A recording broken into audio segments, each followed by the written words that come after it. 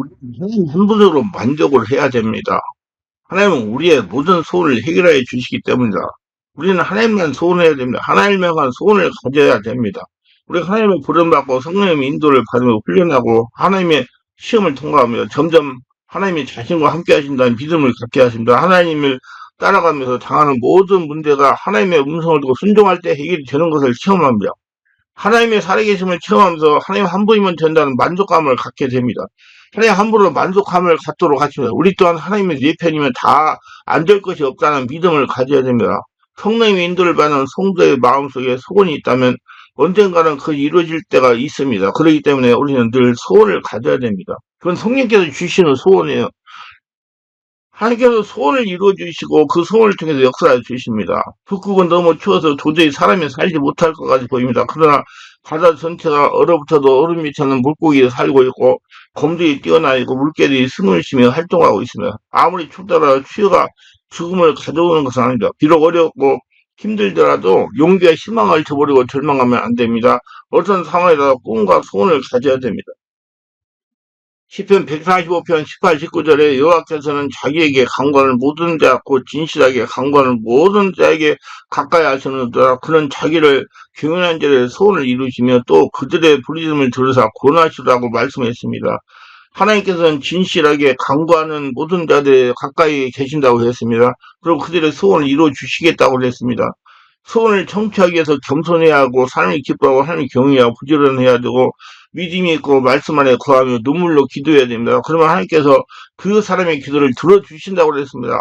오늘 말씀은 주전 951년 전 다윗 왕이 죄를 짓고 나서 번민하고 있을 때 선지의 책망을 듣고 회개하여 하나님께 용서를 받은 후에 하나님의 은혜를 감사하고 찬양하는 찬양시입니다.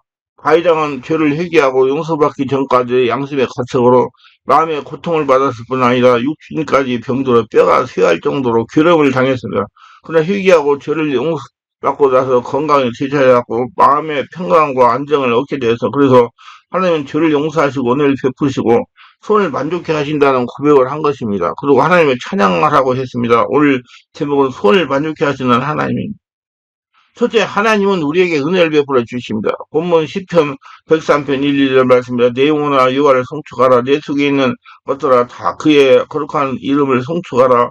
내 영혼아 여호와를 송축하며 그의 모든 은택을 잊지 말지어다. 아멘. 은택은 보수, 보답, 은혜라는 뜻으로 하나님께서 사람에게 주시는 은혜와 보상을 의미합니다. 하나님께서 우리에게 베푸신 은혜가 많습니다. 죄를 용서하시고 기쁨과 평강을 주시고 생명을 주시고 천국까지 예비하여 하나님의 은혜를 어떻게 잊을 수가 있겠습니까? 어떻게 은혜에 보답할 수 있겠습니까? 그래서 다윗 왕은 내 영혼아 여호와를 송축하라고 말했어. 이 말은 우리가 영적인 존재, 육체뿐만 아니라 마음과 정신과 생각과 모든 것을 다하여 하나님을 찬양하고 경배하라는 의미입니다. 하나님 은혜에 감사하고 은혜에 찬양하는 성도들이 되시기를 바랍니다. 역장 30장 25절에 히스기야가 마음에 교만하여 그 받은 은혜를 보답하지 아니하므로 진노와 그와 유다의 예루살렘에 내리게 되었다고 했습니다. 히스기야 왕은 병들어 죽게 되었을 때 하나님께 눈물로 통곡하며 얼굴을 벽으로 향하고 기도했습니다. 그때 하나님의 은혜로 생명을 연장받았습니다. 그런데 마음이 교만해져서 받은 은혜에 보답하지 아니했습니다. 결국 하나님의 진노가 히스기야 왕과 유다와 예루살렘에 임하게 되었습니다. 하나님의 은혜에 보답하지 않은 것은 큰 죄입니다. 시편 116편 12절에 다윗 왕은 내게 주신 모든 은혜를 내가 여호와께 무엇으로 보답할까라고 고백하고 하나님께서 그에게 베푸신 은혜를 찬양하며 소원을 갖겠다고 하셨습니다. 우리 역시 하나님의 은혜를 생각하고 그 은혜에 감사하고 찬송하고 더 나아가 보답하는 성도가 되어야 됩니다. 고린도서 15장 9절로 10절에 보면 사도 바울은 고백하기를 나는 사도 중에 가장 작은 자라 나는 하나님의 기회를 받게 하였으므로 사도라 칭함밖에 감당치 못할 자라. 그러나 내가 낮은 것은 하나님의 은혜를 준 것이니 내게 주신 그 은혜가 헛되지 아니하며 내가 모든 사도보다 더 많이 수고하였으나 내가 한 것이 아니요 오직 나와 함께 하시는 하나님의 은혜로라고 말씀했어요. 우리가 잘해서 일이 잘 되는 것이 아니라 하나님의 은혜를 준 것이라는 사실입니다. 그럼 우리는 은혜를 알아야 되고 그 은혜에 보답하겠다는 생각을 가지고 있어야 되는 거야. 그뿐만 아니라 하나님의 은혜에 감사할 줄 아는 사람이 되어야 됩니다. 빈손으로 태어나서 복을 만나고 재물을 얻고 지금까지 살아온 것에 대해 감사해야 됩니다. 주의 전에다가 하나님 말씀을 들을 수 있다는 것에 감사해야 됩니다. 걸어다니고 걸어가서 말씀 듣고 예배당에 가서 예배 드릴 때 감사하죠. 우리는 하나님 은혜에 보답하고 말씀에 순종하고 감사하고 찬양하고 기쁘게 하나님을 주인으로 모시고 봉사해야 됩니다. 충성해야 됩니다. 은혜를 잊지 않는 자에게 하나님께서 소원을 이루어 주십니다. 둘째, 하나님은 우리 모든 죄악을 사해 주시며 모든 법을 고쳐주십니다. 원래 시편 103편 3절 말씀, 그가 내 모든 죄악을 사하시며 내 모든 병을 고치시며 하면 하나님이 여러분 모든 것 다 고칩니다. 죄악은 부정, 이러한 삐뚤어진 행동이라는 뜻으로 하나님께 불순종하거나 하나님తో 멀어진 것을 의미합니다. 우리는 알고 지은 죄, 모르고 지은 죄 등 크고 작은 죄를 무수히 많이 지으며 살고 있습니다. 만약 죄를 지을 때마다 하나님께서 죄에 대해 심판을 하신다면 이 세상에 살아남을 사람은 아무도 없을 겁니다. 그런데 하나님은 우리의 죄가 어떠하든지 다 용서해 주신다고 했습니다. 역대하 7장 13절에 보면 하나님께서 성전 봉헌에서 마친 서로만하게 나타나서 하나님의 성전으로 제사하는 존을 삼았으므로 혹 제가 하늘을 닫고 비를 내지 아니하거나 혹 메뚜기들이 토산을 먹게 하거나 혹 전염병이 내 백성 가운데 유행하게 할 때 내 이름을 일컫는 내 백성이 그들의 악한 길에서 떠나 스스로 낮추고 기도하여 내 얼굴을 찾으면 내가 하늘에 듣고 그들의 죄를 사하고 그들 땅을 고칠지라고 말씀하셨습니다. 피해를 입었을 때, 실패했을 때, 어려움을 당했을 때, 재난이 닥쳤을 때, 병이 들었을 때 하나님 기도하면 하나님께서 그 기도를 들으시고 지혜 말씀을 주시고 은총과 은혜를 베풀어 주신다는 말씀입니다. 우리나라 사람들은 죄에 대해 무감각합니다. 죄 때문에 불행해지고 죄 때문에 실패하고 죄 때문에 병든 것을 인정하지 않으려고 합니다. 성경은 분명히 죄로 인해서 질병이 왔다고 지적하고 있습니다.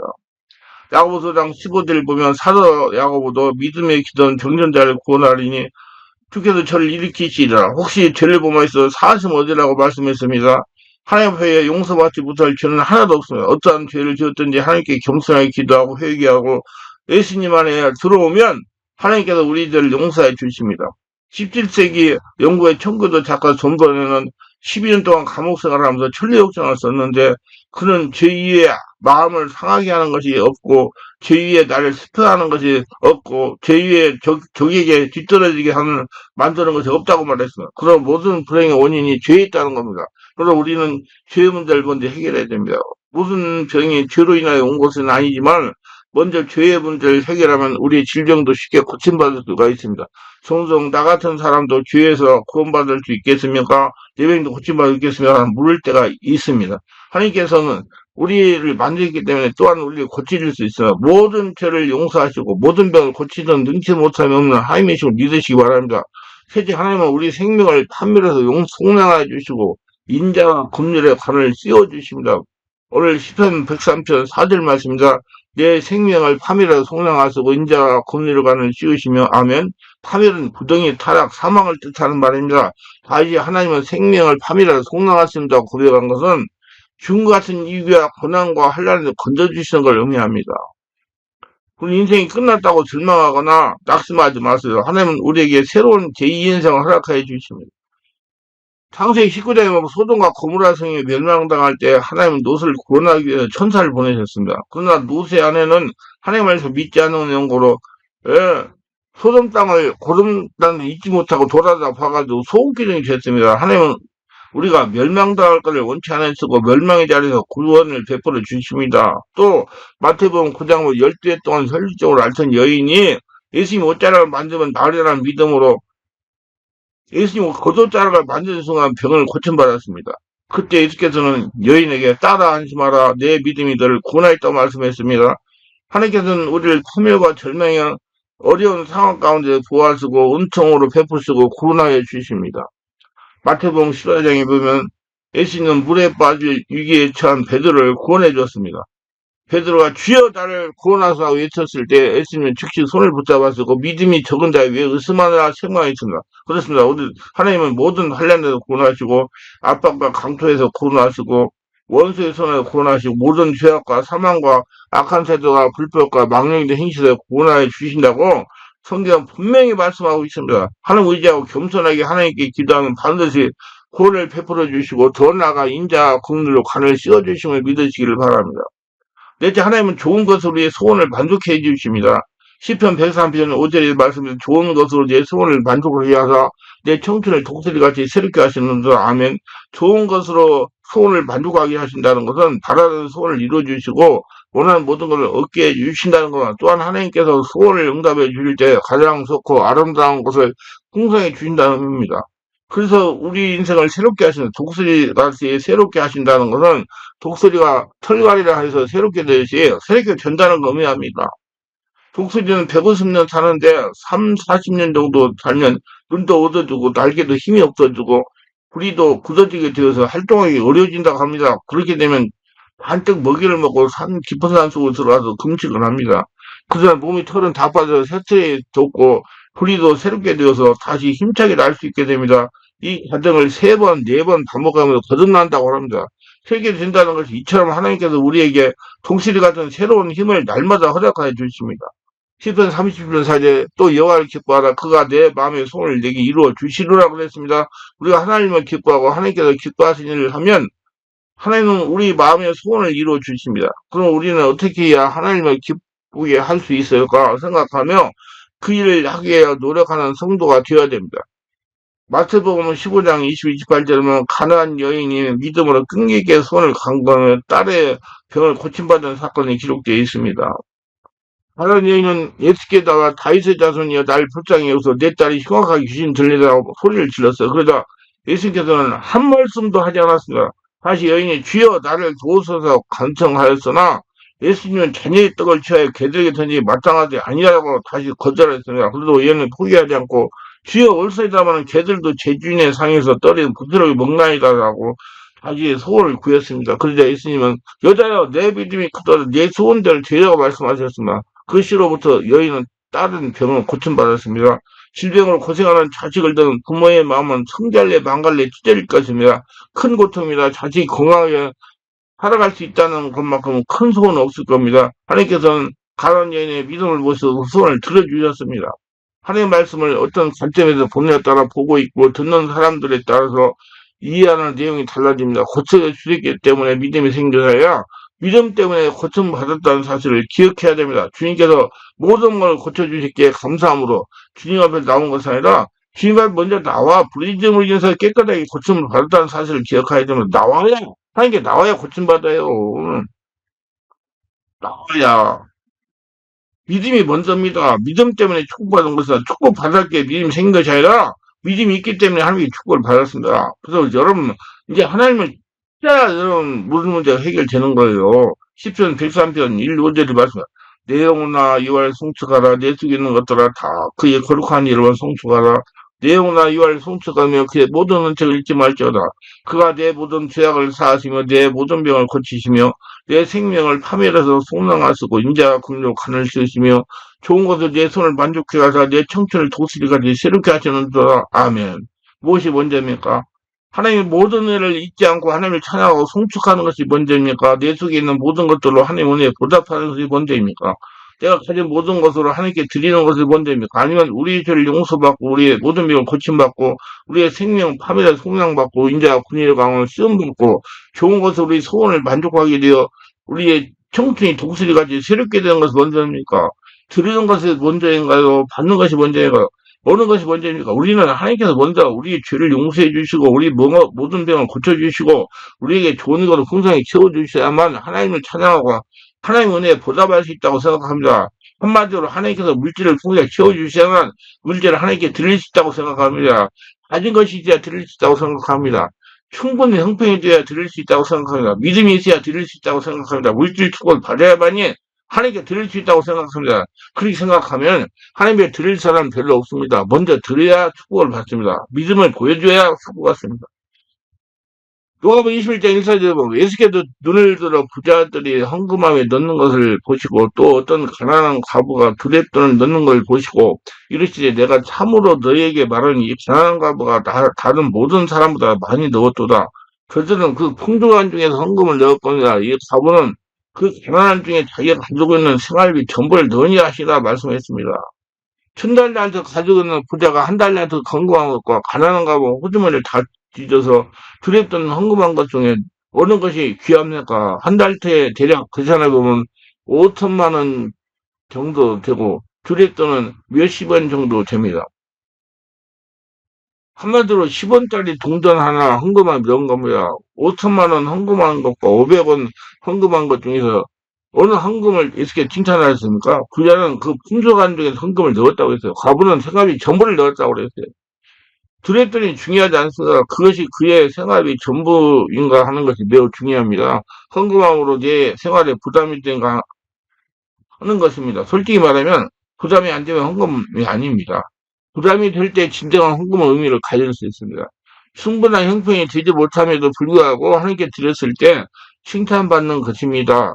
생활비에 전부에 드렸던을 드리고 나면 끼니 걱정을 해야 됩니다. 어쩌면 죽을지도 모릅니다. 그러나 그럼에도 불구하고 그의 가진 것을 아낌없이 하나님께 드렸을 때 칭찬받는 것이고 생활비 전부를 드렸을 때 칭찬받는 것입니다. 부담을 가지고 섬겼을 때 주님의 칭찬과 인정을 받고 하나님께서 만 배로 돌려주십니다. 열왕기상 17장이면 하나님 말씀에 엘리야에게 임해서 너는 일어나 시돈에 속한 사레와서 가서 거기에 머물라.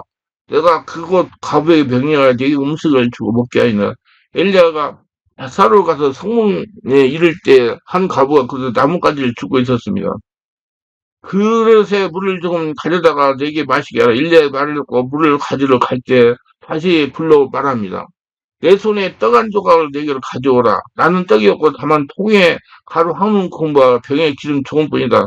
먹고 살기가 너무 힘들어서 내가 나뭇가지를 주워다가 나와 내 아들을 위하여 음식을 만들어 먹고 그 위에 죽으려고 합니다. 엘리야가 그에게 말합니다. 두려워하지 말고 가서 내가 말한 대로 하려니와 먼저 그것으로 나를 위하여 작은 떡 한 개를 만들어 내게로 가져오고 그 위에 너와 네 아들을 위하여 만들라. 이스라엘 하나님 여호와의 말씀이 나 여호와가 비를 지면에 내린 날까지 그 병에 가루가 떨어지지 아니하고 그 병에 기름이 없어지지 아니라 하셨느니라. 지금 이 순간 여러분이라면 어떻게 하시겠습니까? 없는 쌀로 마지막 밥을 해먹고 아들과 함께 죽으려고 하는데 전혀 모르는 사람이 찾아와서 그 밥을 먼저 자기에게 달라고 하면 어떻게 하시겠습니까? 먼저 자기에게 밥을 주면 자기가 가진 돈을 준다는 것도 아니고 하나님의 축복을 받을 것이라고 하는데 그 밥을 먼저 그 사람에게 주겠습니까? 아니면 그가 내가 그 밥을 아들과 먼저 먹고 죽겠습니까? 주시겠습니까? 죽으시겠습니까? 어차피 줄 것이라면 먼저 통의 가루가 가득 차게 해주시고 병의 기름이 가득 차게 넘치게 해주시면 얼마나 좋겠습니까? 통의 가루도 가득 차게 해주시고 병의 기름도 철철 넘치도록 해주신 다음에 이 정도 만족하겠니? 이제 나 밥 좀 해줄 수 있겠니라 한다면 밥을 안 해줄 사람이 누가 있겠습니까? 가정이 남부럽지 않은 풍성한 재물을 가지고 있기 때문에 교회를 섬기고 다른 사람들을 섬기라고 하는 건 아닙니다. 쓰고도 남음이 있기 때문에 하나님이 헌금하라는 것은 아닙니다. 여기에 하자는 것이 아니라 있기에 하자는 것이 아니라 없어도 하나님 주인이시기 때문에 하자는 것입니다. 하나님 말씀을 듣고 하나님 지금 내 말을 듣고 행하라는 겁니다. 그럴 때 믿음을 위해서 하나님의 역사가 일어납니다. 기회를 주셔서 고문을 견디게 하십니다. 있기에 하는 것은 어렵지 않습니다. 그냥 하면 됩니다. 그러나 없는데 하고자 하면 힘들지요. 이것저것 다 따져봐도 쓸데없는 너무 많고 돈 들어갈 때는 너무 많고 대신 돈 나올 때는 없고 돈을 만들 때도 없고 근데 또 헌금하라니 나중에 있을 때 하면 됩니까? 라는 말이 나올 수 있는 거라 나중에 있을 때 하면 됩니까? 지금 꼭 해야 됩니까? 헌금에 대한 갈등이 있어야 됩니다. 부담이 돼야 돼요. 그거를 기록하면 부담이라고 부릅니다. 예. 거룩한 부담. 성경 가면 한 끼나 하룻밥을 굶어야 되고 아니면 하루도 일을 해야 되는데 이 거룩한 부담을 가지고 담대하게 하나님 앞에 드릴 때 하나님의 인정과 칭찬을 듣고 내 말을 받게 되는 것입니다. 그 어려움을 극복할 수 있는 지혜를 받는 거예요. 이럴 때, 예, 하나님, 예, 이렇게 할 때 하나님과 관계가 열리는 겁니다. 하나님을 주인으로 생각하고 살아가기 때문입니다. 하나님을 사랑하기 때문에 아낌없이 들을 수 있는 겁니다. 하나님 한 분만 나의 편이면 안 될 것이 없다는 믿음을 가지고 성령님의 감동하여서 순종하는 것이라 그럴 때 하나님 기뻐하시고 마음의 소원을 이루어 주시는 겁니다. 10편 103편 1호절 말씀은 내 영혼아 여호와를 송축하라. 내 속에 있는 것들아 다 그 거룩한 이름을 송축하라. 내 영혼아 여호와를 송축하며 그 모든 은택을 잊지 말지어다. 그가 내 모든 죄악을 사하시며 내 모든 병을 고치시며 내 생명을 파멸해서 속량하시고 인자와 긍휼로 하늘 씌우시며 좋은 것으로 내 손을 만족케 하사 내 청춘을 독수리같이 새롭게 하시는도다. 아멘.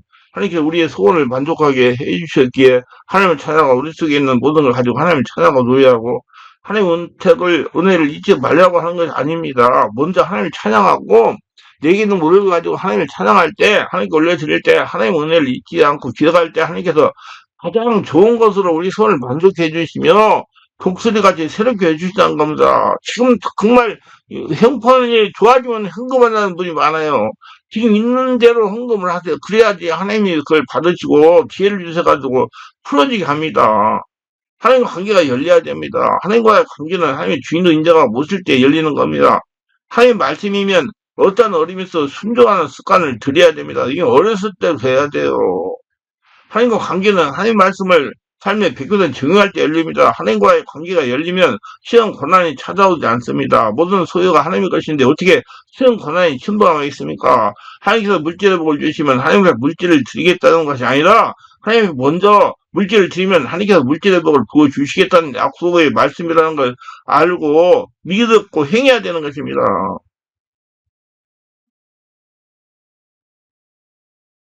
이 감동 가지고 기뻐하시는 일은 반드시 해야 됩니다. 성령의 감동을 순종해야 되는데 복은 고여 있으면 안 됩니다. 우리가 큰 복을 받았든 작은 복을 받았든 다시 형편에 처해 있든지 흘러가게 해야 됩니다. 흘러갈 때 큰 물을 이룰 수가 있습니다. 물이 멈추어 있으면 반드시 썩게 되어 있어요. 하나님은 우리의 소원을 만족하기 하십니다. 하나님 한 분으로 만족함을 누리시기 바랍니다. 그래서 되면 되는 게 아니라 지금 있는 걸 드릴 때 하나님의 관계에 열려서 하나님의 축복이 임한다는 걸 알 수 있고 모두 하나님의 복을 받아 승리하는 복전자들 다 되시기를 예수 이름으로 축원합니다.